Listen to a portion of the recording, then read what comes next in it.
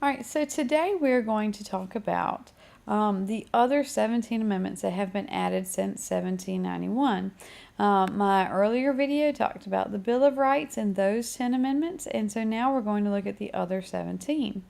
So our very first one that we're going to look at was ratified and ratified means approved, was ratified in 1795, and it says that foreigners and people who live outside of a state cannot sue a state without the state's permission. Which seems kind of crazy because why would a state say yes? But sometimes somebody wants to be proven right. And then ultimately this comes in and it gives a sovereign immunity effect, which means like you can't say that you're going to sue me, for example. You can sue the county that employs me, or you can't sue an individual police officer when he's at work. You can sue the police department, which is why you kind of see lawsuits that tend to go in that way.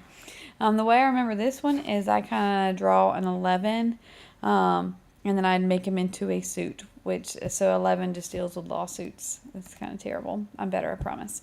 Amendment 12, ratified in 1804. And what happened was that, so George Washington, if we back up for a second, George Washington ran for president, and John Adams also ran for president. Well, the way that the Constitution was structured is who got the most votes became president, and whoever got the second most became vice president. So at that time, it was George Washington, and then the vice president became John Adams, which was okay. It was not ideal, but George Washington was our only president that did not belong to a political party, so it ended up being okay. However, for our very next presidential election, it did not turn out okay. That John Adams and ends up running against Thomas Jefferson, and they end up having a horrendous battle, and it did not work out well. John Adams ended up winning. However, the very next election, John Adams and Thomas Jefferson go at it again, and Thomas Jefferson had to go make some dirty deals in a back room at the legislative office at Congress, and it put a very sour taste in everybody's mouth. So what they decided to do was pass the 12th Amendment, which was one of the ones that was originally proposed. No, wait, 11 was originally proposed, not 12. And what it does is it says instead of one person on a presidential ballot, there are now two. Get it? Kind of like 12, so 1, 2.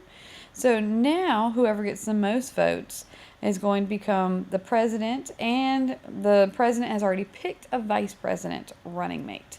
So these people are going to be working together. It's kind of like if you could picture Hillary Clinton and Donald Trump in a presidential race with each other, and Donald Trump wins, so he becomes president, and Hillary Clinton were to win, and she would become vice president. And that would be a disaster.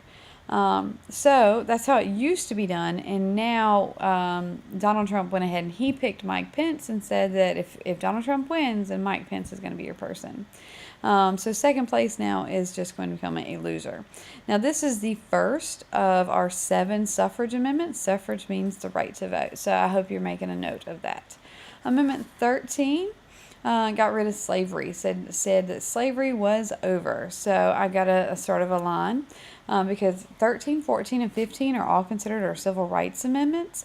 So 13 set me free, and 14 made a citizen out of me. 14 said that it defined who was a citizen, and it said that all males were equal. Notice, all males, not all people, but all males. So if we recap just for a second, 13 set me free, 14 made a citizen out of me, and then 15 said I could vote. And if you don't like that, you're an old goat.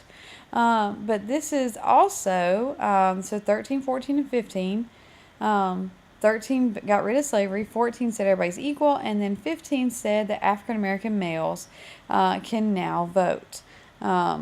So this is not only a civil rights amendment, but is also a suffrage amendment. 16 says that Congress can levy an income tax, and the way that I remember that one is 16, you're sick of taxes. 16, 6, 6, 6, so it's just, anyway. This was a big deal. People got pretty upset about that. 17, so Amendment 17 says that citizens can directly elect senators.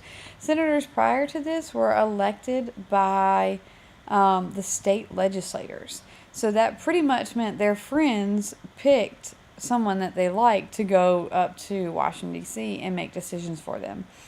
And what was result of this is that you end up having something everybody was calling the Millionaires Club, because everybody in the Senate, they were all friends and they all knew people and they were only looking out for themselves. So ideally, this was supposed to fix that problem. It kind of did not a little bit. So the way I remember this one is 17 senators. 17 senators. This is also a suffrage amendment because they're voting for their senators. 18 said alcohol is over, and the way that I remember this one is that you're not supposed to drink when you're 18. Something to note is that between the time that alcohol was banned before it was allowed again, more alcohol was consumed during that time period than prior to. This is also the start of speakeasies, and women were going out and they were drinking and smoking cigarettes, and it starts a whole new trend called the Roaring Twenties, was what it led off to. Amendment 19, speaking of those fast women, women could finally vote. So here's another suffrage amendment.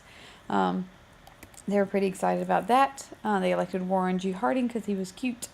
Amendment 20 moved the date of the presidential inauguration.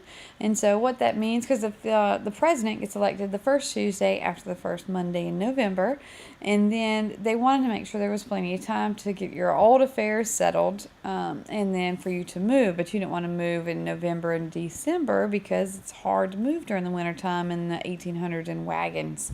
So they said the new president would be sworn in on March 20th. But in modern times, by this point we have cars and railroads and airplanes. It seems rather silly you got November, December, February, what am I saying? November, December, January, February, March. So you're looking at 5 months. That's almost half a year. So they moved the inauguration date from March 20th and they put it on January 20th. And so the way that I remember this is the 20th Amendment. And so from March 20th to January 20th, so kind of like the TV show 2020, it's 2020.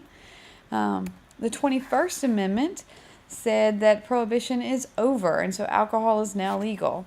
And so the way I remember this one is that the legal drinking age in all 50 states now is 21. So you can drink when you're 21, but alcohol was illegal when you're 18. Remember that one. 22 said the president is limited to 2 terms. And the reason why they did this is because we had a president named Franklin Delano Roosevelt. Now, Franklin Delano Roosevelt was originally elected, not there, he was elected, so he was president here, and clearly there, and he had just died during this point. So he was elected originally at the start of the Great Depression. So 1929, I feel like that's not quite right. Maybe 1930. Oh, I should be ashamed. Anyway, and then he was reelected 4 times. So if you're elected 4-year terms, if you're elected 4 times, he was elected for a total of 16 years. He ended up dying halfway through his last term, and so he served 14 years. But by this point, he had appointed tons of people. He knew everybody, and that people said he was kind of abusing his power.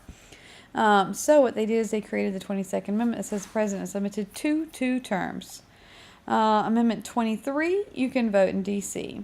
Because D.C. is not a state, it's a district of Columbia, and they wanted to make sure that the capital is going to be held separately so that no state has favoritism shown towards it. However, because it's not a state, they weren't allowed to vote for the president, even though these are some of the people who work directly in the White House or around the White House. So this said, and there were over 1 million people. So this said that in Amendment 23, you can vote in D.C., also a suffrage amendment. Amendment 24, another suffrage amendment. It says that you cannot charge people to vote during the presidential election. So Amendment 24, poll tax no more. And so this ends up, because poll taxes were designed to make it so that poor people were not allowed to vote. If only rich people voted, then they would vote for rich people, and those rich people would be their friends, and so this, worked out for rich people. But, so this tried to make it more fair. Fairer, that would probably be better. Amendment 25 says the president dies, the VP will rise. So what happens if our current president gets assassinated? Who becomes president? Well, we knew it would be the vice president, but it wasn't until we have JFK that people are sitting here and we're saying, wait, we should really have a better plan, because what happens if the president and the vice president both die at the same time? So they created a line of succession of who comes next. So we've got, first and foremost, we got president, vice president, then we have the Speaker of the House. So currently, right now, we've got Donald Trump, we got Mike Pence, and then we have Paul Ryan, who would become president. So these three people right here are pretty powerful, especially number 1 and number 3 right here. And then we start moving through the president pro tempore, and that's the person that's in charge of the Senate. And then we start moving through the secretaries, all the people who help advise the president. So Secretary of State, Secretary of Treasury, Attorney General, Secretary of Defense, working our way all the way through until the 19th position, which would be the Secretary of Homeland Security, which is the most recent department because they're kind of oldest to youngest. And so the plan is that none of these 19 people will ever be in the same room at the same time. So like when we have the State of the Union address, which is when the president has to get in front of TV and he's got to talk, there's one of these people is in a bunker somewhere in like Nebraska or something, hiding out, hoping, that nothing happens, because they might become president one day if something were to happen. But so far, we've never needed to go past number 2 right here. Amendment 26 is the last of the suffrage amendments. And what this says is that 18-year-old citizens can now vote, because prior to this, you had to be 21 in order to vote in the national election. However, this time period is also when the Vietnam conflict was going on. And men were being drafted, 18-year-old men were being drafted to go to Vietnam. However, they were not even eligible to select the president at the time. So you're old enough to die for the country, but you're not old enough to vote for the country. And that really didn't sit right with people. So the way to remember this one is 2 + 6 = 18. Because, 18 can now vote. And then the last and final amendment that we have was ratified in 1992. Cool little fact. This amendment right here was one that was originally proposed in one of the 12 that James Madison had gotten to the Congress. And what this says is that congressional salaries cannot increase until after the next election, which is kind of a big deal because Congress controls all the money. And so that means Congress controls their own salaries. So if they're controlling their own salaries, well, if you could control your own salary, how much money would you make? Congress makes a boatload of money. And it has gotten steadily gone up over the years. So, say I'm running for office and I just got elected in 2008. Well, as a House of Representative member, we have elections every 2 years. And so in 2008, my next election is going to be 2010. Well, say in 2009, I help pass a budget increase, and it says that I could make more money. I would not be able to get that salary increase unless I win the election in 2010. And that's designed so that, do I want to give the person who beats me a raise? And ideally, that would slow it down. However, we'll talk about that later. So, Amendment 27, give me a raise or go to heaven, which is kind of corny, I know. But there's not a whole lot there. Ryan was 7. This is not a suffrage amendment. I'm not quite sure why I put that down there, but don't write that. Okay, and so that's what we have for this video. If you have any questions,